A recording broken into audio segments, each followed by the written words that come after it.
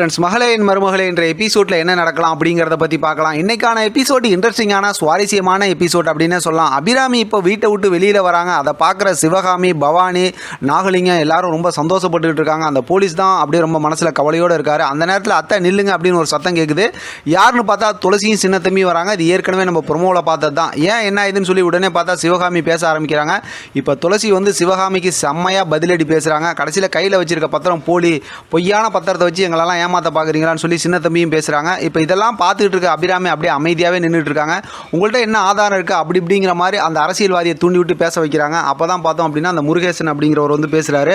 நீ பொய் சொல்கிற அப்படிங்கிற மாதிரி சிவகாமி சொல்கிறாங்க. அதுக்கப்புறம் அவர் வீடியோ ஆதாரம் காட்டினதுக்கப்புறம் எதுவுமே பேச முடியல. இதில் ரொம்பவே முக்கியமான விஷயம் என்ன அப்படின்னு பார்த்தா, துளசி வந்து நல்லா வசமாக போலீஸை வச்சு அதே நேரத்தில் அந்த அரசியல்வாதியை வச்சு சிவகாமியும் அந்த அதாவது பவானியும் நல்லா மாட்டி விட்டுறாங்க. இப்போ அந்த அதாவது அரசியல்வாதி வந்து ஏதாவது மாற்றி பேசினா ஊர் மக்கள் எல்லாம் இருக்காங்கல்ல, அவமானமாயிடும். கடைசியில் இவர் ஜெயிக்க முடியாதுல்ல, ஓட்டு வாங்க முடியாதுல்ல. அதனால் வந்து அவருமே அப்படி தடுமாறி போய் கடைசியில் பார்த்தோம்னா சிவகாமியும் பவானி மேலேயும் ஆக்ஷன் எடுக்க சொல்லி போலீஸ்கிட்ட சொல்லிடுறாங்க. அந்த போலீஸ் எப்போன்னு தானே அதை பார்த்துக்கிட்டு இருந்தாரு. உடனே பார்த்தோம்னா பவானி சட்டையை கோத்து அப்படியே தூக்கிடுறாரு.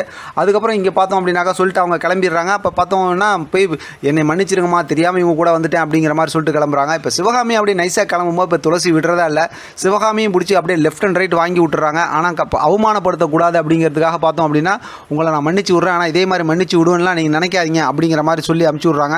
இப்போ சிவகாமி கிளம்ப போகும்போது இப்போ தான் அபிராமியே பேச ஆரம்பிக்கிறாங்க. துணிச்சலான அதாவது நல்ல தைரியமான ஒரு மருமகளை கொண்டு வந்திருக்கே அப்படின்னு சொல்லி படித்த மருமகளை கூட்டு வந்திருக்கேன்னு சொல்லி இப்போ புரியுதா என் மருமகளோட விஷயம் என்னன்னு அப்படிங்கிற மாதிரி சொல்லி அமுச்சு விட்றாங்க. இப்போ சிவகாமியால் ஒன்றுமே பேச முடியல, அங்கேருந்து கிளம்பிடுறாங்க.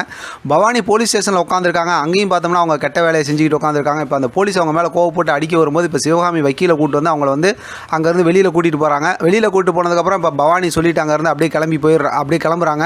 இப்போ அங்கேருந்து பார்த்தோம்னா சிவகாமி கிளம்பும்போது பார்த்தா ஒரு போலீஸ் வந்து ஏற்கனவே முத்து இறந்து போன கேஸ் விஷயமா விசாரிச்சுக்கிட்டு இருக்காங்கல்ல, அதாவது துளசியோட ஃப்ரெண்டோட அவங்க இருக்காங்க அப்படின்னு சொல்லிட்டு ஒருத்தவங்க அவங்க வந்து பார்த்துட்டு இவங்களை அப்படியே முறைச்சிட்டு போகிறாங்க. இப்போ போய் உட்காந்ததுக்கப்புறம் இப்போ அவங்களுக்கு மறுபடியும் சந்தேகம் வருது. ஏன்னா இந்த மாதிரி ரவுடிங்க கூடலாம் சிவகாமி வந்து சவகாசம் வச்சுருக்காங்களே, ஒருவேளை வந்து முத்துவோட அந்த இறந்து போனதில் விஷயத்தில் ஏதாவது விஷயம் இருக்குமா அப்படிங்கிற மாதிரி யோசிக்கிறாங்க. அங்கே போய் ஏதாவது எவிடன்ஸ் கலெக்ட் பண்ணிங்களாங்கும் போது அங்கே ஒரு தோடு கிடச்சிருக்கு. அந்த தோடு பார்த்தோம்னா தங்கம் தோடு தான் அப்படிங்கிற மாதிரி இருந்துமே. இப்போ முத்துவோட கல்யாணம், முத்து துளசிக்கு கல்யாணம் நடந்துச்சுல, அன்னைக்கு சிவகாமி போயிருக்காங்க. அப்போ சிவகாமி காதில் போட்டிருந்த தோடு இந்த தோடா அப்படின்னு சொல்லி நம்ம வீடியோவில் பார்த்தோம்னா தெரிஞ்சு போயிடும். அதை வச்சு நம்ம வந்து அடுத்து அவங்கள்ட்ட என்கொயரி ஸ்டார்ட் பண்ணலாம் அப்படிங்கிற மாதிரி அந்த போலீஸ் யோசிக்கிறாங்க. அதோடு இன்றைக்கான எபிசோட் முடிச்சிருக்காங்க. இன்றைக்கான எபிசோடில் செம ஹைலைட்டான ஒரு ப்ரொமோவும் காட்டியிருக்காங்க. ஏன்னா இப்போ துளசி வந்து வக்கீல் மாதிரி சூப்பராக பேசுனதுனால இப்போ சொல்கிறாங்க நான் வக்கீல் ஆக்குறேன் அப்படின்னு சொன்னதுமே இப்போ அதுக்கு வந்து துளசியும் ஒத்துக்கிறாங்க. எல்லாம் வீட்டில் இருக்கவங்க சந்தோஷப்படுறாங்க. ஏன்னா அடுத்தடுத்து வரப்போகிற சுவாரஸ்யமான கதைக்கு கண்டிப்பாக ஒரு நம்பிக்கையான வக்கீல் வேணும். அந்த வக்கீல் துளசியாகவே இருக்கிறாங்க. அப்படிங்கும்போது செம சூப்பரான ஸ்டோரி உண்மையிலுமே கொண்டு வந்துட்டாங்க அப்படின்னு தான் சொல்லுவோம். பார்க்கலாம் அடுத்து என்ன நடக்குதுன்னு. இதை பற்றி உங்களோட கருத்து கமெண்ட் பாக்ஸில் தெரியப்படுத்துங்க. தொடர்ந்து ஆதரவு கொடுங்க. தேங்க்யூ ஃபார் வாட்சிங்.